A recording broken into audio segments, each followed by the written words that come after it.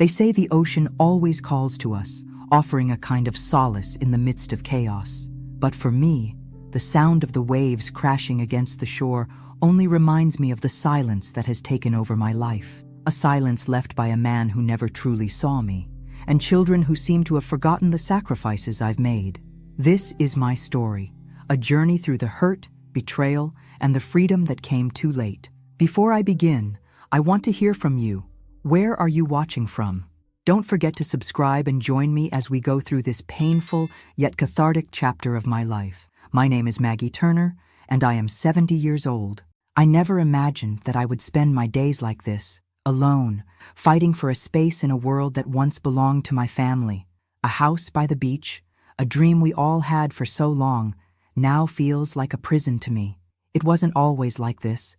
There was a time when it was a place of laughter, of love, or at least the illusion of it. But after Edward died 3 years ago, everything changed. Edward, he was the kind of man who could command a room just by walking into it, a man whose presence was both a blessing and a curse. To our children, Jessica and Daniel, he was everything.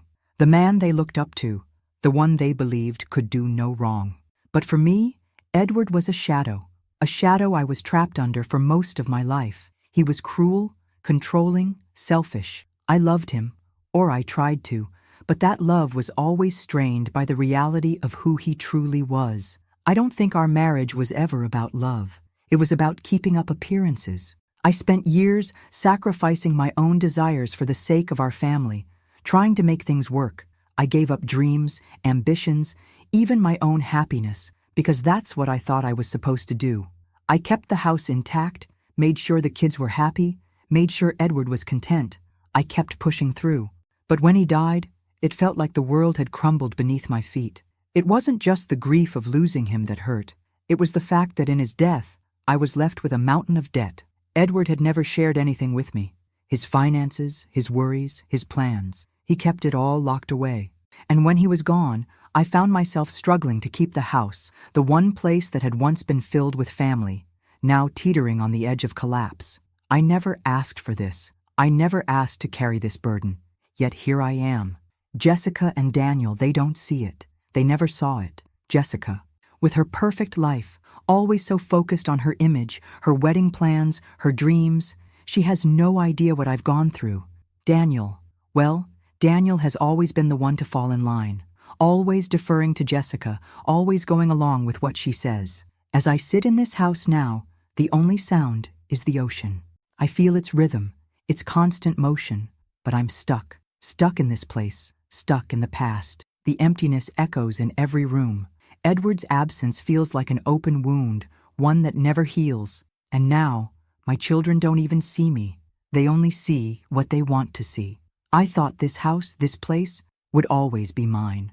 But now, it feels like I'm fighting for something I'm not sure I even want anymore. Something that has become a reminder of everything I've lost, of the dreams I buried. But there's something I know for sure. No matter how much I try to ignore it, my world is changing. It's been changing ever since Edward passed. I feel it in my bones. A shift, a crack in the foundation of everything I've known. And I can't help but wonder, is this the beginning of something new? Or is it just the end of everything I ever hoped for? I can't stay here forever. Not in this silence. Something needs to change. The day Jessica got engaged should have been one of the happiest moments of my life. I was thrilled for her, of course. She was my only daughter, and to see her so excited about a new chapter, about her future, was something I should have relished. But as with everything in my life, joy was short-lived. When Jessica decided to have her wedding at our house by the beach, I felt this mix of emotions: joy, pride, and even a little sadness, because I knew it would never be the same. The house, so full of memories, seemed like the perfect setting for such an important occasion. In my mind, it was a dream come true, a way for me to pass something beautiful on to her, something that had meant so much to me. I couldn't help but imagine her walking down the stairs in her wedding dress, Edward by her side, though now I realize it was just a fantasy I was clinging to. But as the wedding plans began to take shape, I started to see a side of Jessica I hadn't noticed before. She started pointing out flaws in the house, things that to me were beautiful. "Mom, this place is so outdated," she said one afternoon, standing in the middle of the living room, her arms crossed in a judgmental way. I mean, who decorates a beach house like this? It's so, well, not Instagram worthy, you know? I felt the sting of her words, but I tried to play it off. After all, it was her special day, right? I thought you might like it here, I said, trying to keep my voice steady. It's been in the family for so long, and there are so many memories. But Jessica wasn't interested in memories. She started listing all the things that needed to be fixed: the chipped paint on the walls, the outdated furniture, the cracked tiles in the bathroom. No one's going to want to come here if it looks like this, Mom. It's embarrassing. And that was when I realized she didn't care about the history of this house, the time we spent together as a family, or the sacrifices I made to keep it. She saw it as a backdrop for her perfect life, a backdrop that didn't meet her standards. I wanted to say something. I wanted to tell her that this house was more than just an aesthetic, more than a place to throw a lavish wedding. It was where we spent our summers, where the sounds of laughter and love filled the air. But I didn't. I couldn't, because I didn't want to upset her, and in a way, I still believed that I needed to keep her happy. So I allowed her to make her demands. The list of renovations grew longer and longer. It seemed like every time she looked at something, it wasn't good enough. The paint color is terrible. This rug needs to go. We can't have the wedding here if it looks like it's from the 80s. I tried to hold it together, but inside, I felt a sharp pain. She was disregarding everything I'd worked for, everything I had put my heart into, and with each passing day, that pain deepened. My house, my sanctuary, was no longer my own.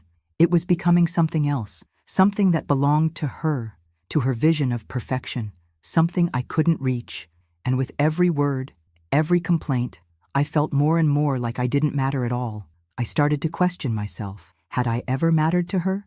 Or was I just a tool to help her achieve her dreams? A background figure in the story of her life. As I sat alone in the living room one evening, staring at the changes she demanded, I could feel the weight of it all pressing on my chest.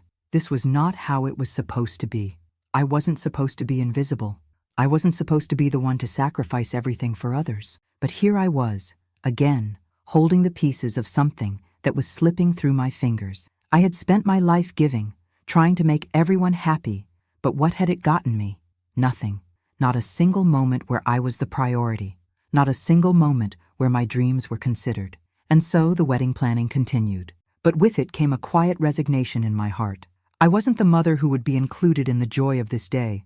I was the mother who was expected to step aside, to make way for the perfect event, the perfect day.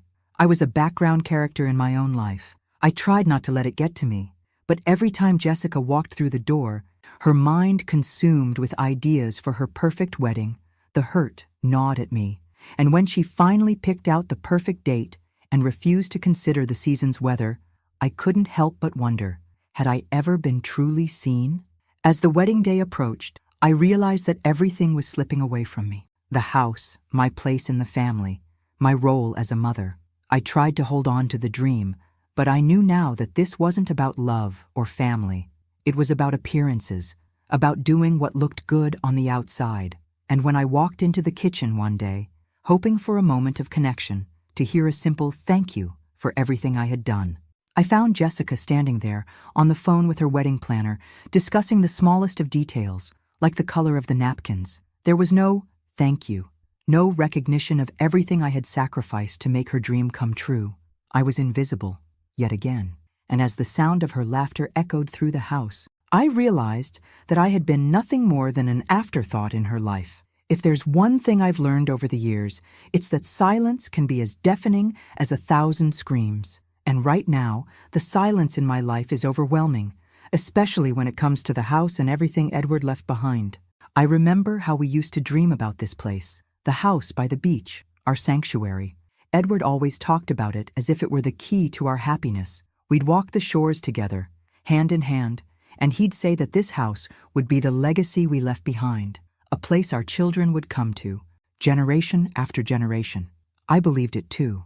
I thought for a while that this house was a symbol of our love, of everything we had built together. But now it's just a reminder of the lies, of everything that wasn't said, everything that was left unspoken. After Edward passed, the dream crumbled. The debts, the bills, the constant weight of them hanging over me. They started as whispers, but soon they were all I could hear. Edward never shared anything with me, not the finances, not the worry. I always assumed everything was taken care of, that he had things under control. But after his death, I realized just how much of a lie that was.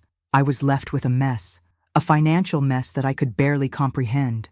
It didn't help that I had to keep up appearances, especially with Jessica and Daniel. They were grieving too, I understood that. But their grief was different from mine.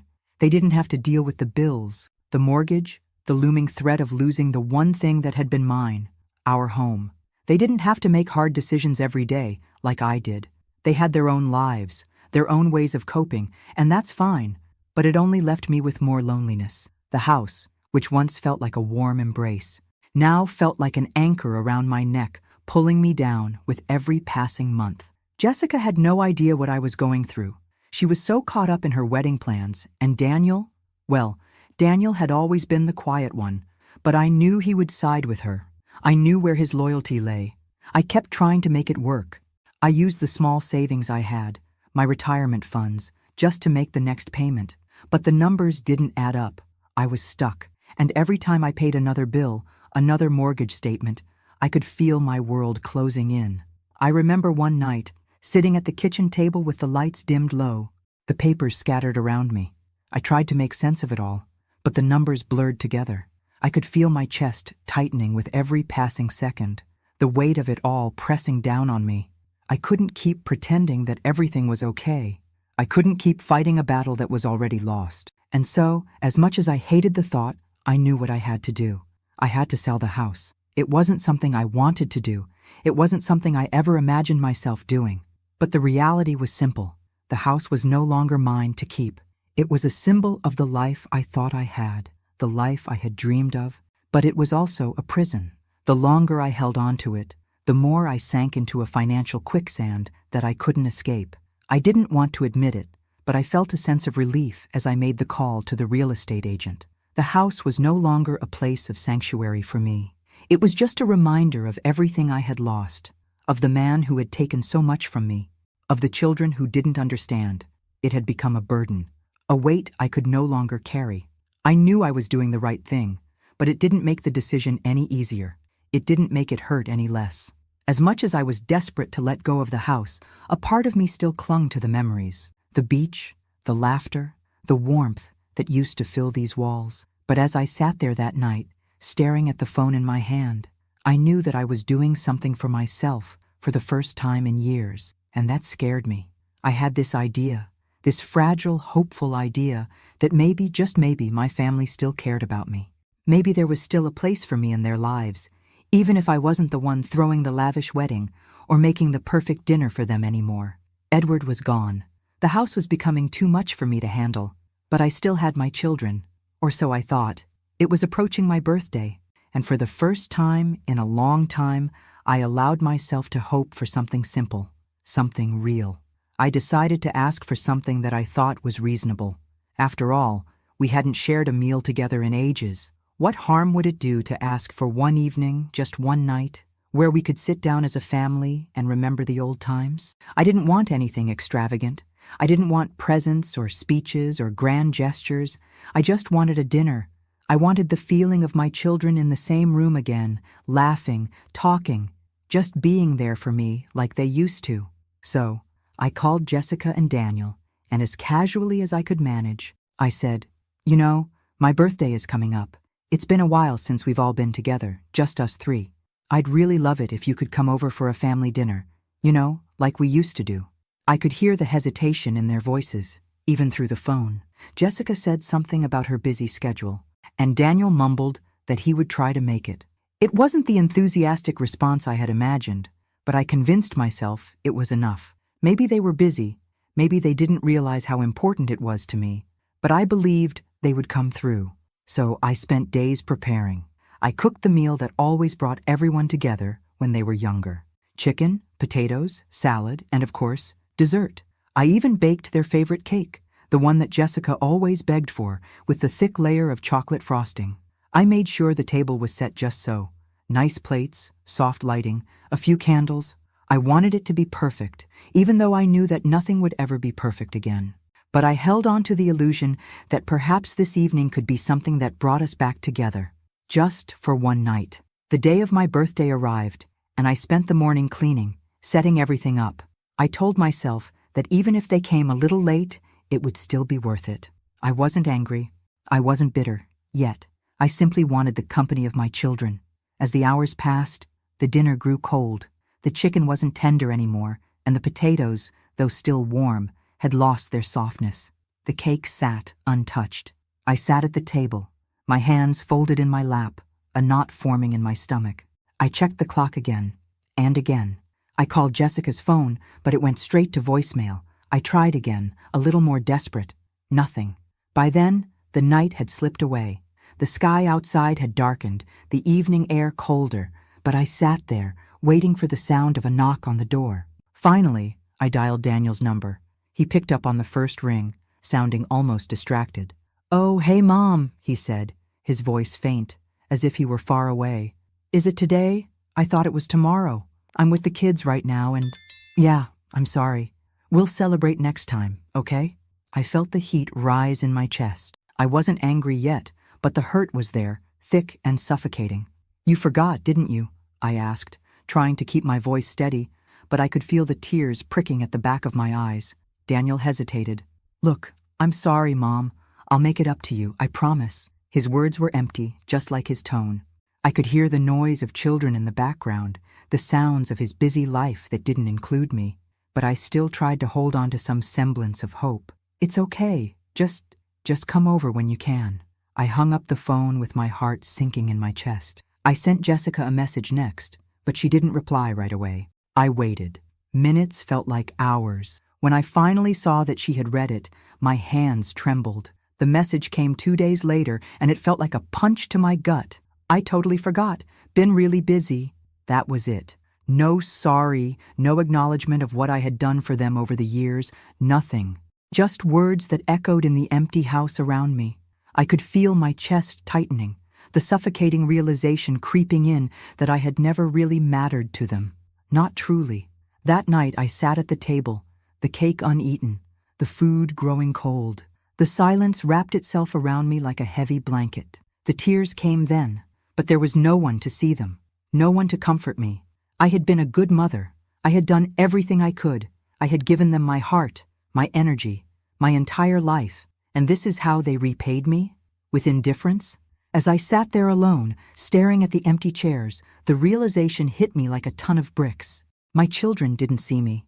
They never had. They only saw what I could give them. And once they had all they needed, I was forgotten. But that night, as I cleaned up the mess they had left behind, something in me shifted. I was done waiting, done hoping, done sacrificing. I had given them everything.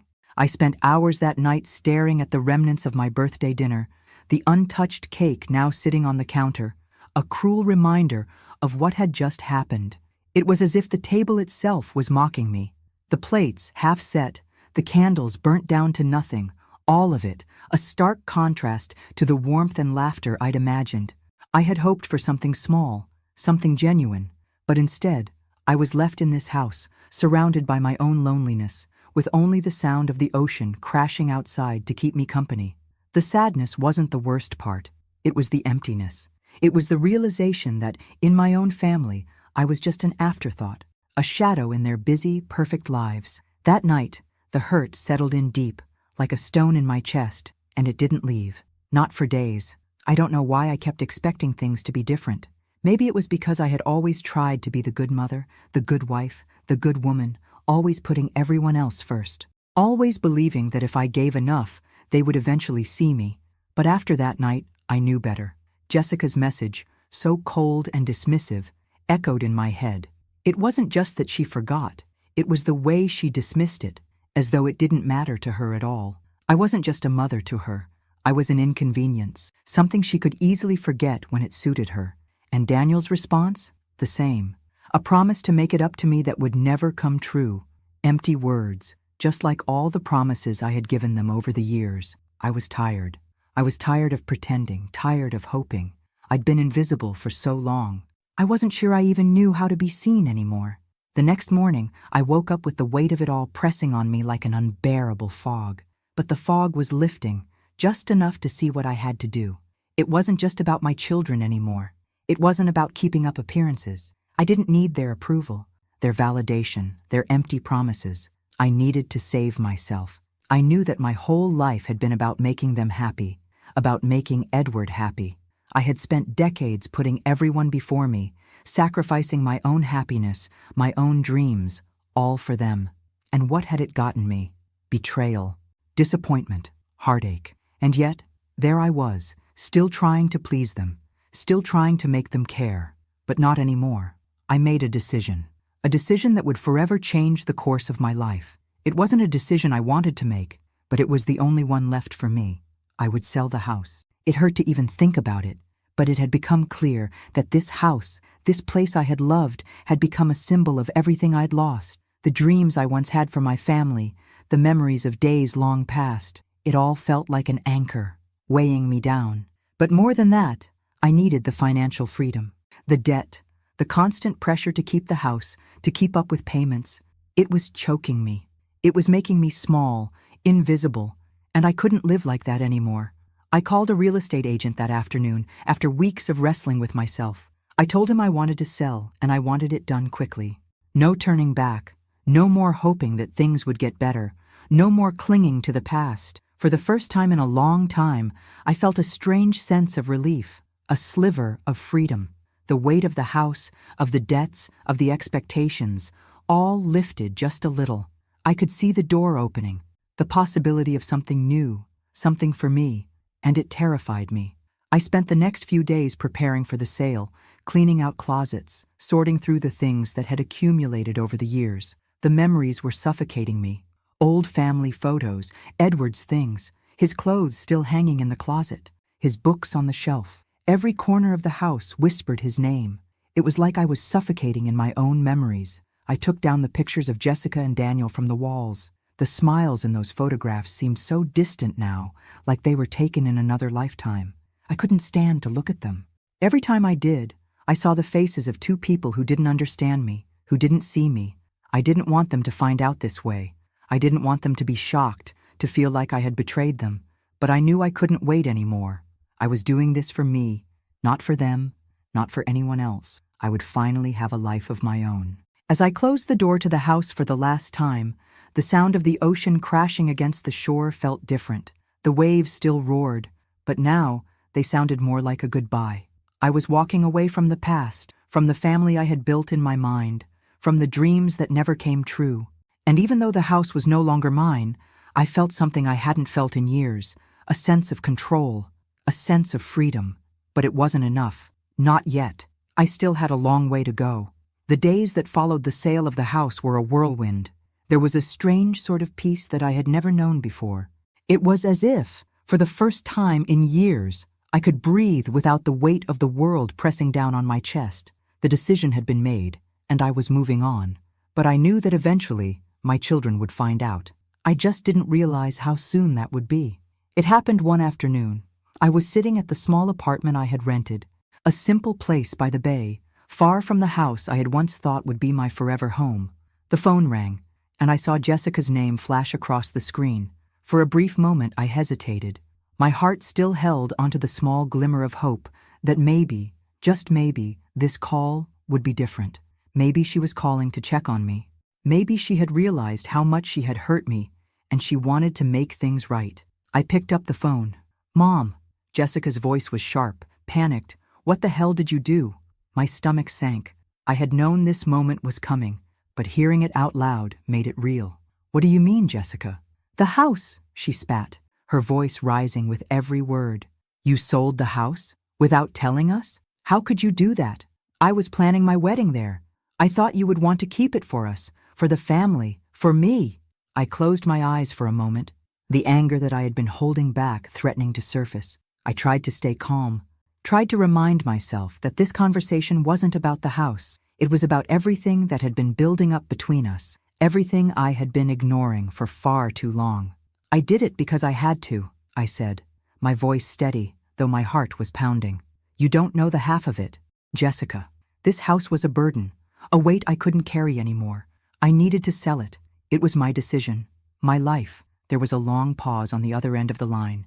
I could almost hear her breathing, the silence heavy with disbelief. And then she spoke, her words dripping with resentment. "You should have told me," she snapped. "I thought you were different. You were supposed to be there for me, and now you've taken the one thing I was counting on. You've ruined everything." I could feel the hurt in her words, but I wasn't sure if it was the hurt of losing the house or the hurt of realizing just how little she really cared about me. "I didn't ruin anything, Jessica. You've been so wrapped up in your perfect life that you haven't seen what I've been going through. I did this for me. Not for you, not for anyone else. I've spent my whole life making everyone else happy. But I'm done. I've lived my life for you and your father, and I've been forgotten. Now, I'm finally doing something for myself." There was no response for a long time.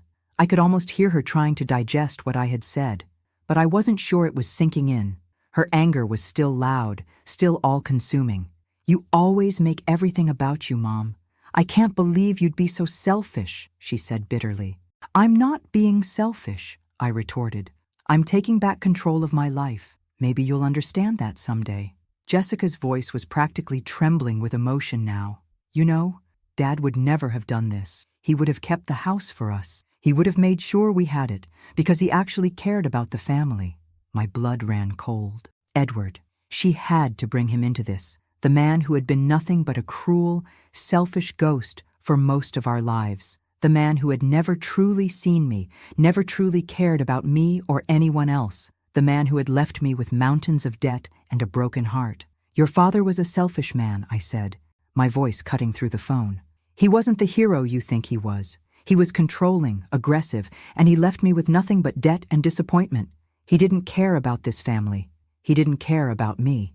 There was a long silence. I could feel the air between us grow thick with unspoken words. Jessica didn't reply right away, but when she did, her words were colder than I had ever heard them. "You're wrong," she said flatly. "He was a great man, and you just didn't see it. You've always made him the villain in your story." I felt a lump form in my throat. How could she still idolize him after everything he had put us through? "You don't know what it was like, Jessica. He was cruel to me, to everyone around him. You never saw it, because you were too busy adoring him, too busy living in his shadow. He left me with nothing. No support, no love, no partnership. And now I'm the one cleaning up the mess." "Whatever, Mom. I don't want to argue about this. But I can't believe you'd sell the house and ruin everything I've worked for.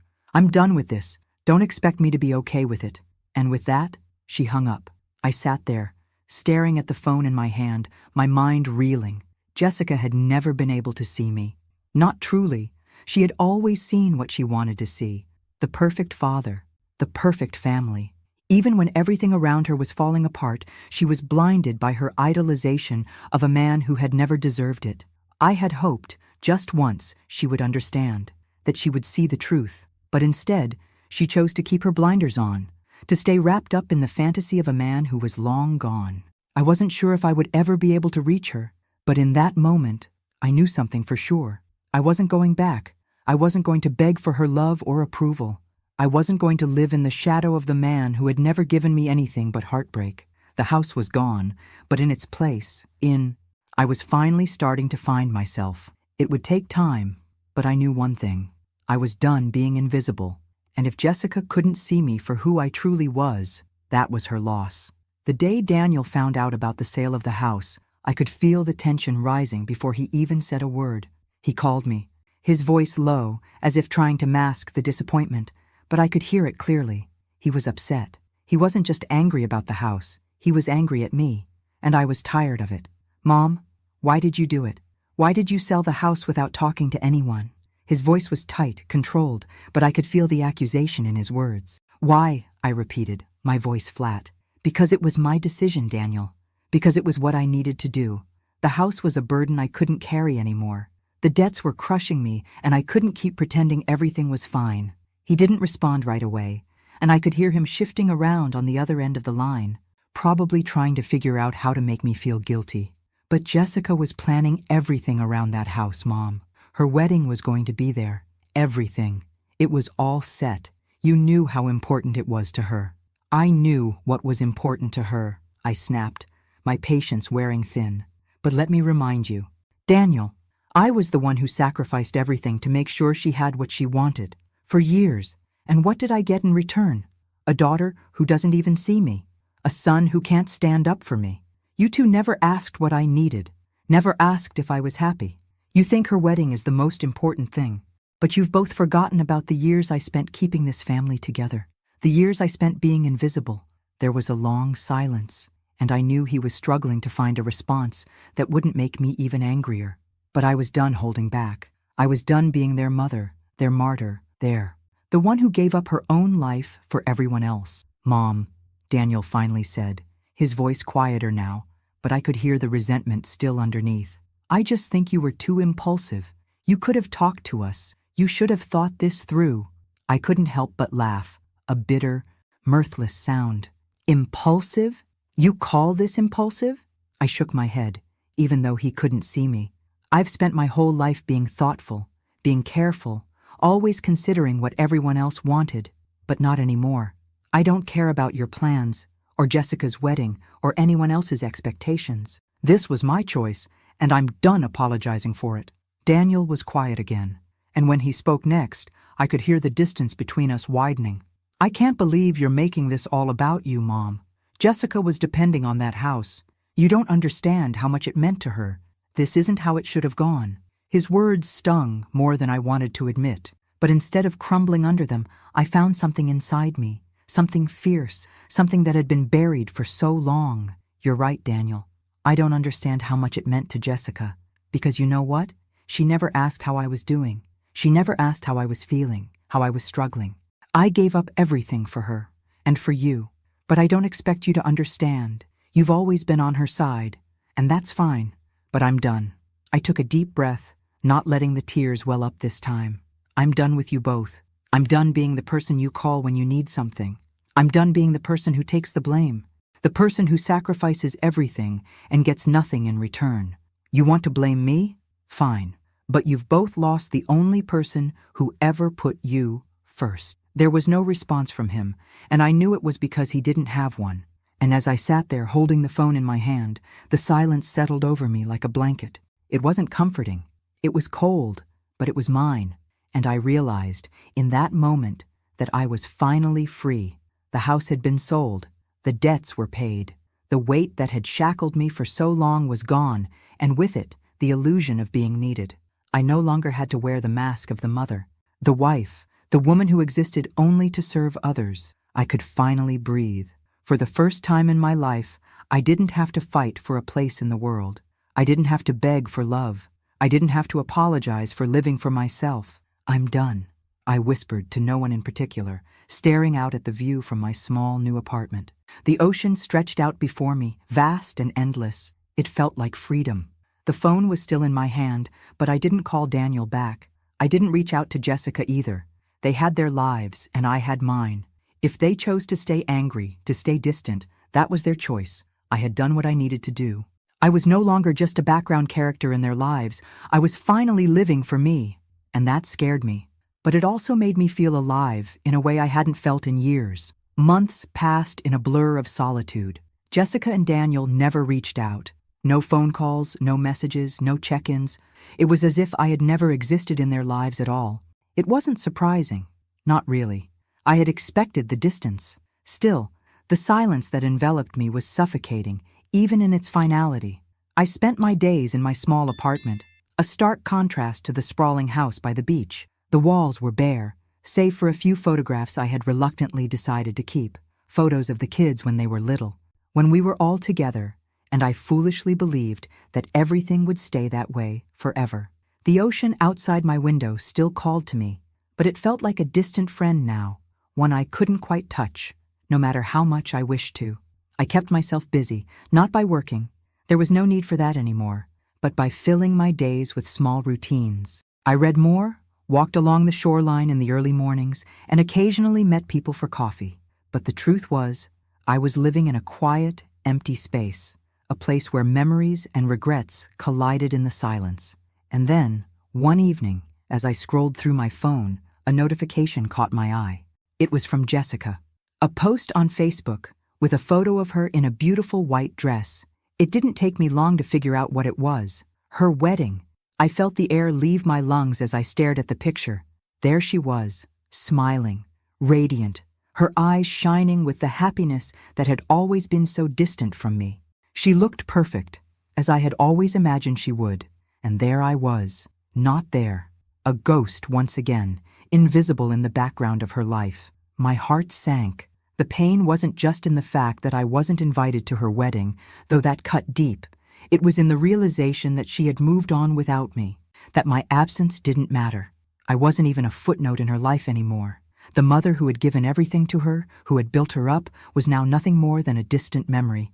The tears I hadn't allowed myself to shed over the months finally came, but they weren't the kind of tears I expected. They weren't tears of desperation or betrayal, though I felt both.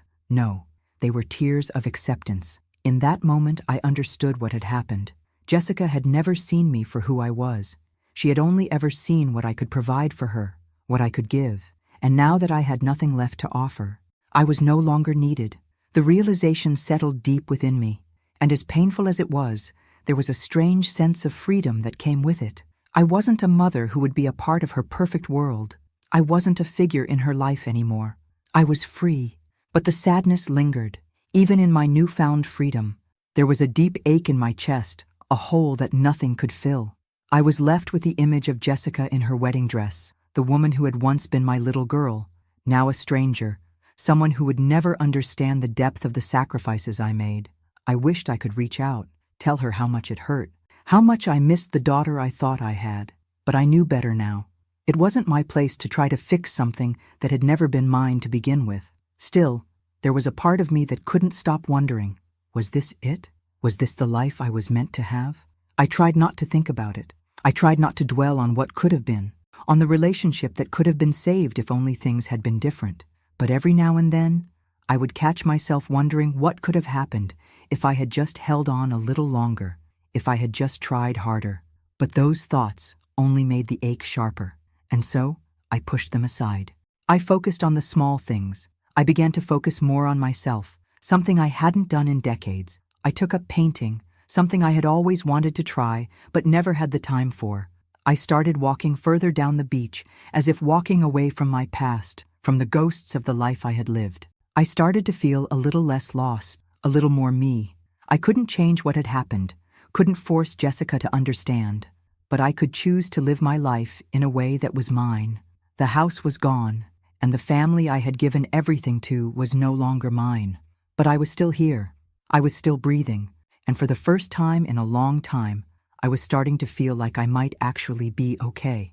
And then, one morning, as I sat by the window with my coffee, I saw a couple walking hand in hand along the beach. They were laughing, their steps light in the early morning sun, their happiness spilling over in waves. I didn't know them, but in that moment, something shifted inside of me. I realized that maybe, just maybe, I could find happiness again. Not the kind that comes from family or from others, but the kind that comes from accepting who I was, from being okay with the woman I had become. Maybe the life I was meant to live wasn't one of sacrifice and quiet misery. Maybe, for once, it could be mine. I had become so used to the silence. Months had passed without a single word from either of my children, and I had grown accustomed to the loneliness. In the quiet of my small apartment, I had found my own rhythm, my own routine. The pain of their absence never fully faded, but I learned to live with it. There was a certain numbness that took over, a shell I wore to protect myself from the hurt that still lurked beneath the surface. Then, one afternoon, the doorbell rang. I wasn't expecting anyone, and for a moment I thought I had imagined it. But the sound came again, louder this time. My heart raced, a mix of surprise and hesitation rushing through me. I walked toward the door, unsure of who would be standing on the other side. When I opened it, I couldn't believe my eyes. There stood Daniel, his face hesitant but sincere, his wife beside him, and 2 children, my grandchildren, looking up at me with wide, curious eyes. "Mom," Daniel said, his voice trembling slightly. "Can we come in?" For a moment, I couldn't move. I just stood there, my mind racing, trying to comprehend what was happening. After months of silence, months of feeling abandoned, here was my son, standing at my door. "Of course," I said, forcing a smile as I stepped aside to let them in. They entered the small apartment, Daniel looking around with a quiet kind of awe. His wife, a woman I had met only briefly years ago, gave me a warm smile, though I could tell she was just as unsure as he was. The children were still shy, but I could see them taking in their surroundings, unsure of how to approach the situation.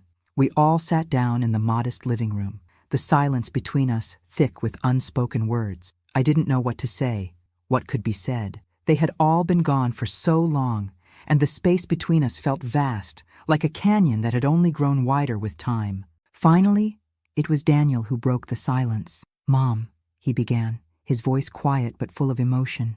"I know I've failed you. I know I've been a terrible son. I've been absent, distant, and I don't know how to make up for it, but I want to try. I should have been there for you. You didn't deserve to be left alone like that. I promise, I'll do better. I'll visit more. I'll be more present. I know I've hurt you." His words hit me harder than I expected. I had dreamed of hearing them, of hearing some acknowledgement of the pain I'd carried alone for so long. And yet, as much as I wanted to accept his apology, as much as a part of me longed to pull him into my arms and tell him everything would be okay, there was a part of me that couldn't quite let go of the years of neglect. I looked at him, this man who was my son, but who had in so many ways become a stranger to me. I wanted to forgive him. I wanted to believe that his apology was enough. But the truth was, forgiveness wasn't as simple as a few words. "Thank you, Daniel," I said softly, my voice trembling. "I appreciate your words. I really do. But I can't just pretend that everything is okay. It's been a long time, and I've carried this hurt for so long. I've had to learn how to live without you, without your presence in my life, and it hasn't been easy." He lowered his gaze, clearly ashamed. His wife reached over and placed a hand on his arm, a silent gesture of support. I appreciated it, but it didn't change the fact that so much had been lost. I couldn't help but feel the weight of everything that had been left unsaid, unsolved. "I know, Mom," Daniel said, his voice breaking. "I've failed you. I know it, and I can't take that back. But I'm here now. I want to be here. I want to make things right." The words felt good. They really did. But I couldn't ignore the emptiness that lingered, the space between us that no apology could fill. I sighed deeply and looked at him, searching for the strength I needed to say what I had been avoiding. "Daniel, I don't know if I can just forget everything. I don't know if I can just jump back into the way things were. I need time to heal from the years of being ignored. I've spent so long hoping you'd see me, hoping you'd care. And I can't just erase that." Daniel nodded, his eyes filled with regret. He didn't know what else to say, and I didn't know how to comfort him. What could I say when I still wasn't sure what I needed? The conversation shifted then, and Daniel's tone became more serious. "There's something else I need to tell you." "Mom," he said, his eyes narrowing slightly as he glanced over at his wife. "I've been worried about Jessica. I know you haven't heard from her either, but I see how she is, and it's not good. The wedding, everything, it seemed perfect, but I don't think it is. She's not happy, Mom. I don't think she's ever been happy in that marriage." I froze, a chill running through me. I had tried so hard to stay out of it, to let Jessica live her life without my interference. But now, hearing Daniel's words, a knot formed in my chest. "What do you mean?" I asked, my voice barely above a whisper. Daniel ran a hand through his hair, clearly troubled. "I don't know exactly, but I can see it. The way she's changed, the way she acts, the way he treats her, it's not right. I don't like the way he talks to her. I don't like the way he controls her. It's like she's becoming someone else, someone I don't even recognize." My heart ached at the thought of Jessica, my daughter, the little girl I had raised, feeling trapped, feeling small. But I couldn't let myself get sucked into the cycle again. I couldn't keep trying to fix things that weren't mine to fix. "I can't help her, Daniel," I said, my voice steady despite the pain that burned inside. I tried for years, but she doesn't want me in her life. She doesn't want my help. As much as I love her, I can't keep pushing myself into her world when she's made it clear she doesn't want me there." Daniel's face softened, and I could see the understanding in his eyes. He knew. He understood what I was saying, even if it hurt. "I know, Mom," he whispered, "but maybe, just maybe, if you reach out, if you try again, she'll see that you're there for her." I shook my head gently. "No, Daniel, she has to come to me. I can't keep chasing after her. I've done that for so long, and it's never worked. I've tried to be the mother she needed, but right now, all I can do is wait Wait for her to come back to me when she's ready." There was a heavy silence in the room, and for a moment, all I could hear was the distant sound of the waves crashing against the shore. The distance between us, the children I had given everything for, the daughter I had tried to save, was still there. But for the first time in a long time, I felt like I was finally letting go of the past. A few days later, it was just another quiet evening, and I had nearly forgotten what it felt like to be disturbed by a ringing phone. I had spent days in a quiet, strange peace, if you could call it that, where I was beginning to adjust to the silence. I had let go of the idea of ever being close to my children again. They had their lives, and I had mine. And then, the phone rang. I looked at the caller ID, my heart tightening in my chest. It was Jessica. I hadn't heard from her in so long. The last time I saw her name pop up on my phone, it was for a brief, detached message, a reminder of how far we had drifted apart. But this time, there was something different, something urgent in the way the phone rang, and something in the pit of my stomach told me this call would be unlike any of the others. I picked up the phone, my hand trembling just slightly. "Mom?" Jessica's voice came through, and it was cracked, fragile. There was no pretense this time, no distance, just pain. I couldn't even speak at first. I waited for her to continue, my own breath held in the tension of the moment. "Mom, I'm so sorry. I don't even know how to say this, but I need you to know. I've been horrible to you. I was a babaka, and I know it. I was cruel, and now I don't know what to do." Her voice trembled, breaking as she spoke, and the sound of her tears on the other end of the line caught me off guard. Jessica, my strong, independent daughter, always the one to push me away, was crying. And it was unlike any cry I had ever heard from her. This wasn't the anger or resentment I had grown accustomed to. This was real pain. For a moment, I felt my own emotions start to rise, the hurt that I had buried so deep inside of me. The years of neglect, the constant rejection, all bubbled up in my chest, but I swallowed it down. I needed to listen. I needed to let her say whatever it was that had brought her here, to this point of raw honesty. "I'm not okay, Mom," Jessica continued, her voice barely audible through her sobs. I don't know how to fix things. I don't know how to make it better, but I need you to know that I'm so sorry. I don't deserve your forgiveness, but I need it." I felt my heart break as I listened, not because of the apology, but because of what was coming next. I knew that something had broken inside her, something that had forced her to face the truth. I found out that he's been cheating on me," Jessica whispered, her voice trembling with emotion. "And it's worse than that. He's getting aggressive. He's been treating me like I don't matter, like I'm nothing. And I don't know what to do anymore, Mom. I need to leave him. I don't know how, but I know I can't stay. I feel so lost." The words hit me like a wave, pulling the air from my lungs. I hadn't been prepared for this, not in the way I thought I might be. I had always known something was wrong, knew that Jessica had been trapped in a relationship that wasn't healthy. But to hear her say it, to hear the vulnerability in her voice, it was a shock. The pain she was going through, the fear, it was so real, and it tore at me. I had warned her. I had tried so hard to protect her from the mistakes I saw her making. But she hadn't listened. She never did. Now, here she was, broken, shattered by the very man she had married. The same kind of man I had warned her about, the same kind of man I had suffered through. And yet, as I listened to her, I couldn't help but feel a sense of sorrow and, strangely, relief. Sorrow for the pain she was enduring now. Relief because finally, after all these years, she was seeing the truth for herself. She was seeing what I had been trying to show her for so long, even when she refused to hear it. "I've tried to protect you, Jessica. I've always tried to warn you," I said, my voice firm but not unkind. "I told you that he wasn't good for you, that he was controlling, that he would treat you like you didn't matter. But you never wanted to listen. You were so wrapped up in the idea of him, in your perfect life, that you didn't see the danger. I did see it, Jessica, and now you're paying the price." There was silence on the other end, and for a moment I thought she might hang up. But when she spoke, her voice was quiet, full of regret. "I know, Mom. I know. I was so stupid, so cruel to you. I was too proud to see the truth. And now I realize how wrong I was. I treated you like you were nothing, and I've been so selfish." I felt the weight of her words press down on me. but I refused to soften my tone. She needed to hear it. You have a lot to learn, Jessica, and I can't always be the one to protect you. I've done my part. I've been your mother, even when you didn't want me to be. But now, it's time for you to grow up.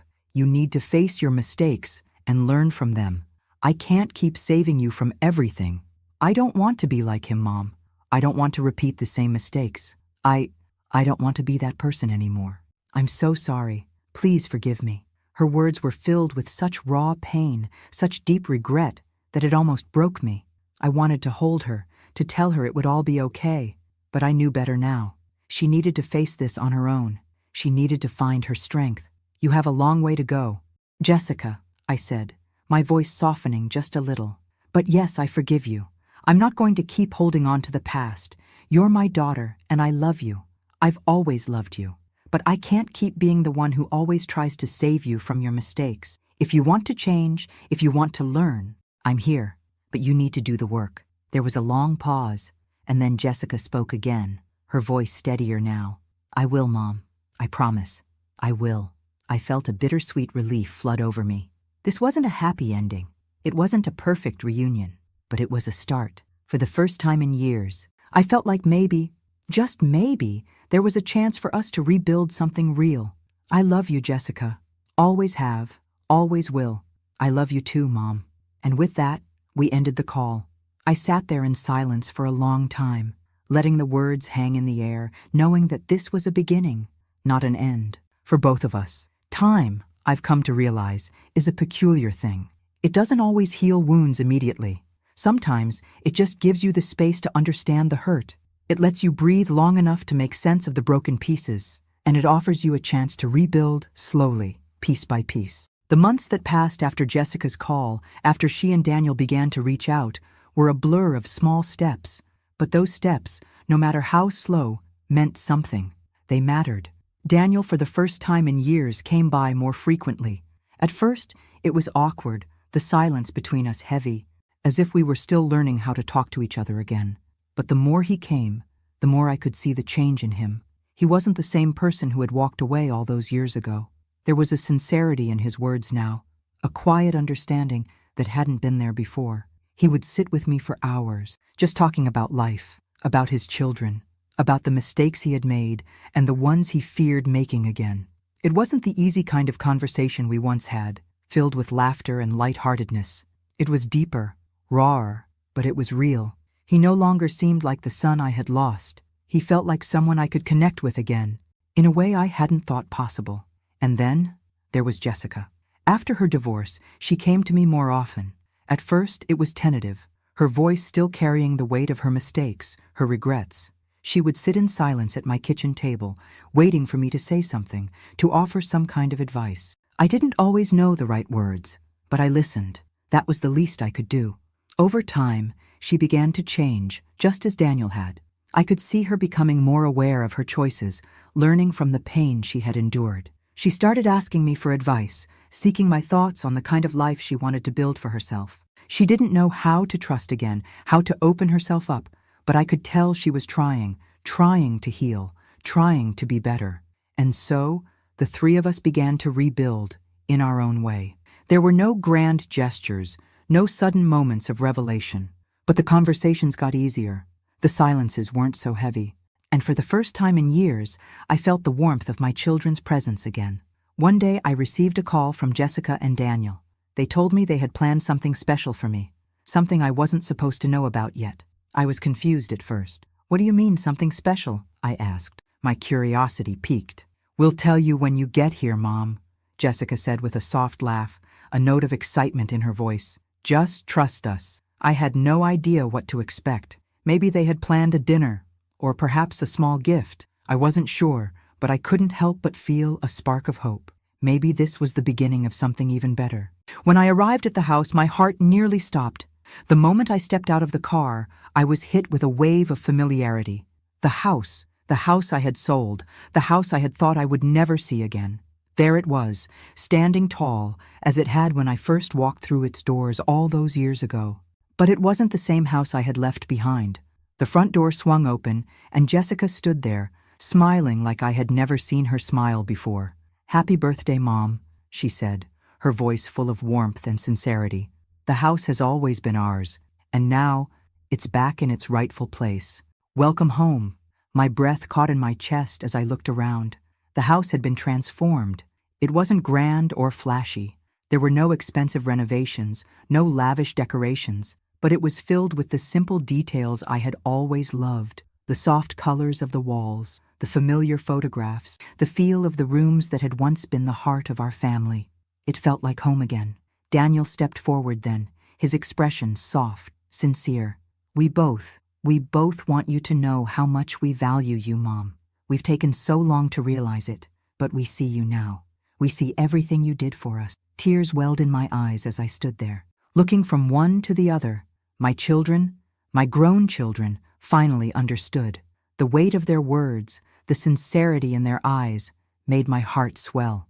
It was a moment I had waited for my entire life, and now it was here. "We've missed so much, Mom," Jessica continued, "and we want to make up for it.